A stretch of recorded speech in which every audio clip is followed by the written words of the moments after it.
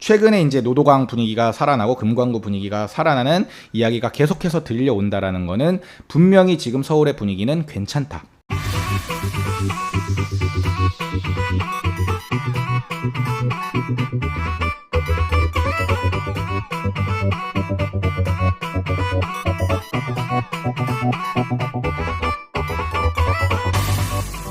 지역별 현황 분석을 제가 서울부터 차근차근 해드릴 거고, 이번 시간이 서울이고 다음이 이제 경기, 인천, 그 다음에 부산, 그 다음에 대구, 이런 식으로 이제 쭉쭉 갈 거니까 각자 관심 있는 지역들을 보시고 1편부터 쭉 연결해가지고 보시면은 조금 더 이해가 잘 되시지 않을까, 한편의 강의를 보는 것 같은 느낌을 받으실 거라고 저는 생각을 합니다.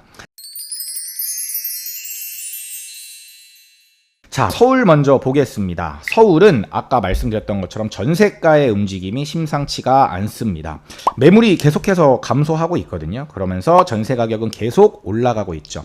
특히 이제 계약갱신 청구권을 사용한 4년차 매물들도 이제 많이 나오고 있는데, 처음에는 이 물건들에 대한 역전세를 걱정했었는데 지금은 전세금을 더 올리지 않으면 다행인 경우들이 더 많이 보이는 것 같습니다. 그렇게 된 이유에 대해서 좀 말씀드리면, 지금 보시는 건 리치고의 이제 데이터인데 거래량과 매물량을 동시에 볼 수 있는 아주 좋은 데이터입니다. 보시면 전세 거래량은 최근 계속해서 많았었습니다. 그런데 전세 매물은 지금 현재도 계속해서 줄어들고 있죠.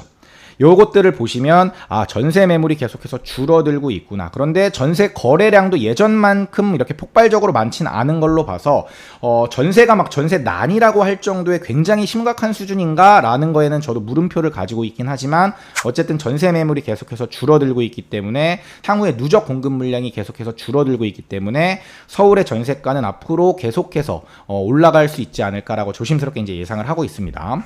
전세 가격이 이렇게 많이 올라오면서 사실 전세 대비 저평가 지수랑 전세가율이 괜찮은 수준으로 가고 있습니다. 매매가 역시 상급지 중심으로 먼저 움직이고 있긴 한데 전세가의 상승이 훨씬 가파르기 때문에 그런 거거든요. 전세가율은 벌써 평균 수준까지는 왔습니다. 예전처럼 70% 정도까지 갈지 아니면 여기서 매매가가 더 치고 나가면서 다시 전세가율이 낮아질지는 조금 더 지켜봐야 하긴 하지만, 어쨌든 전세가의 상승이 굉장히 가파르게 이루어지면서 급격하게 하락하거나 이런 가능성이 낮다라고 보는 이유 중에 하나입니다. 저도. 다만 소득 대비 저평가 지수나 주택 구매력 지수, 이런 것들을 봤을 때 서울의 상승 동력이 다소 약하지 않나라는 게 저는 개인적인 생각입니다. 특히 이제 강남이나 서초를 중심으로 전고점을 회복하고 신고가가 나오는 단지들이 많아지면서 현장 분위기는 굉장히 이제 뜨겁고 살아난 게 분명한 사실이거든요. 그런데 과연 가격의 고평가를 딛고 더 치고 나갈 만큼의 동력이 있는지에 대해서는 사실 저는 의문을 좀 가지고 있습니다. 전문가들도 하반기에 상승한다, 아니면 하반기에 하락한다라고 아직도 이제 명확히 이제 갈리고 있는데, 저는 제가 연초에 예상했던 것처럼 서울 전체로 봤을 때는 완연한 대세 상승보다는 현재의 분위기는 보합장에 가깝고, 이게 전세가의 움직임에 따라서 그 다음에 향후 어떤 뭐 이슈가 없느냐에 따라서 분위기가 대세 상승으로 갈 수 있는 초입이냐 아니면 한 번 더 떨어졌다 올라가느냐가 결정될 것 같습니다. 소득 대비 저평가 지수는 현재 아직까지는 좀 약간 위험한 유의 수준이고, 주택 구매력 지수도 여전히 약간 유의 수준에 있습니다. 근데 많은 전문가분들이 현재 서울의 전세 가격 상승을 그냥 단순히 공급 부족 때문이다 이렇게 얘기를 하세요. 근데 저는 이건 반은 맞고 반은 틀린 얘기라고 생각합니다. 왜냐하면 공급이 누적해서 감소하고 있고 이게 전세가 상승에 영향을 준 건 분명한 사실이거든요. 그런데 지금처럼 급격하게 전세 가격이 올라가고 있는 거는 저는 그냥 비정상의 정상화라고 생각을 합니다. 지금 사진에 보시는 건 손품왕 데이터에 나오는 지표별 상관계수 데이터입니다. 유동성을 나타내는 지표들, M2 유동성과 전세지수 사이의 상관계수를 분석했을 때 상관계수가 0.99가 나옵니다. 거의 똑같이 움직인다는 얘기입니다. 즉 시중의 통화량이 풀리는 것 대비해서 전세 가격은 올라갈 수밖에 없다. 물론 전세 가격도 엎치락 뒤치락 하면서 오르락 내리락 합니다. 공급이 많이 일어나거나 공급이 적었을 때 순간적으로 저평가와 고평가가 일어나면서 오르락 내리락 하면서 곡선의 그래프를 그리면서 간다. 이 차이가 있을 뿐이지 M2 유동성과 전세지수는 보통 같이 간다라는 겁니다. 그런데 지금 M2 유동성이 굉장히 높이 올라가고 있는 추세입니다. 요게 전세 가격의 상승을 더 부추기고 있는 거예요. 그런데 제가 지금 여기 이제 선을 그어놨던 노란색 선을 이제 보시면 될 것 같습니다. 노란색 선. 원래 전세 가격, 원래 전세 지수가 움직여야 되는 선을 제가 노란색 선으로 이렇게 표시를 해놓은 건데, 이 선을 보시면 지금 현재 전세 가격이 올라가고 있는 이유를 아실 수가 있는 거죠.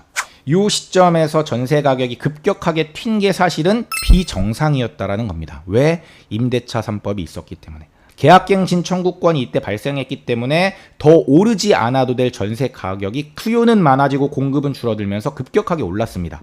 그런데 급격하게 오른 전세 가격이 급격하게 빠진 거고, 실제로 이거 선을 그려보면 사실 그냥 이렇게 완만하게 갔었으면 되는 건데 이게 올라갔다 그냥 내려간 거죠. 그러다가 많이 내려오니까 다시 올라가서 정상 궤도를 찾고 있는 모습일 뿐이지, 지금이 무조건 공급이 너무 부족해가지고 그런 건 아니다. 제가 위에서 보여드렸지만 서울의 입주 물량이 물론 부족합니다. 평균적으로 봤을 때 지금 부족으로 가고 있는 건 맞아요. 그런데 지금 현재 굉장히 부족했냐 입주 물량이 또 그건 아니거든요. 특히 이제 24년은 둔촌주공도 24년 이제 11월 정도로 입주가 이제 땡겨질 예정이고, 그 다음에 24년에 입주 물량이 그렇게 적지 않습니다. 25년 이후에 공급 부족이 현실화되는 건 맞는데 지금 현재 24년만 봤을 때 그렇게 공급이 부족한가에 대해서는 사실은 아니거든요. M2 유동성, 그 다음에 원래 전세 지수가 가야 되는 움직임들을 보면은 너무 많이 떨어졌기 때문에 그 떨어진 부분을 다시 메꾸려는 움직임과 공급 부족이 합쳐져 가지고 지금의 전세 상승이 나타나는 것이지, 공급 부족으로만 해석하는 건 안 된다라고 제가 말씀을 드리는 겁니다. 지금 이제 향후 전세 지수가 지금과 같은 속도와 방향성으로 올라갈 확률이 저는 높아 보이는 거죠. 왜냐면 기준점을 그어놨을 때 아직까지 밑에 있으니까. 그리고 그 기준점이 되는 M2 유동성 자체가 더 가파르게 올라가고 있으니까 전세 지수는 상관계수가 높은 이 M2 유동성을 따라서 계속해서 올라갈 확률이 높아 보입니다. 한 번 더 조정을 받은 후에 급하게 올라갈지, 아니면 지금처럼 전세가가 계속해서 매매가에 상승 압력을 주면서 매매가가 천천히 올라갈지는 잘 모르겠습니다. 사실 저도 굉장히 궁금해요. 그렇지만 지금 현재 지금 사진에서 보시는 것처럼 여기 강남 3구, 용산, 광진, 강동, 목동이 있는 양천구나 여의도가 있는 영등포, 그 다음에 마포, 그 다음에 뭐 성동 이런 데는 올라가고 있지만 강북, 중랑, 성북, 동대문, 중구, 뭐 은평구, 그다음에 동작구, 뭐 이런 데들은 상급지임에도 불구하고 내려가고 있죠. 금천구, 관악구 이런 데는 하락폭이 크고, 그래서 이런 것들이 이제 평균을 내면서 현재 지수는 보합장으로 나타나고 있는 겁니다. 그래서 제가 생각했을 때는 물론 이제 흐름이 위에서 아래로 내려오기 때문에 노도강에서도 이제 계속해서 전 저점 대비 이제 계속해서 상승 거래들이 일어나고 있는 모습이 보이긴 하거든요. 그래서 상급지의 온기가 언제 이제 하급지까지 퍼질지는 살펴봐야 하긴 하지만, 최근에 이제 노도강 분위기가 살아나고 금광구 분위기가 살아나는 이야기가 계속해서 들려온다라는 거는 분명히 지금 서울의 분위기는 괜찮다. 근데 이 분위기가 언제까지 이어질지는 조금 더 지켜봐야 된다라는 겁니다. 오늘은 제가 서울의 현재 분위기는 어떤지, 전체적인 분위기는 어떤지, 전세 가격이 이렇게 오르고 있는 이유는 무엇인지에 대해서 간단하게 설명을 드렸습니다. 다음 시간에는 제가 경기 인천을 중심으로 설명을 드릴 거고, 더 중요한 개념들도 많이 나오니까 다음 영상까지 함께 시청을 해주시면 좋을 것 같습니다. 오늘 영상이 도움이 되셨다면 구독, 좋아요, 알림 설정까지 부탁드리겠습니다. 지금까지 시크릿브라더였습니다. 감사합니다. 시크릿브라더 채널을 구독, 좋아요, 알림 설정 부탁드려요.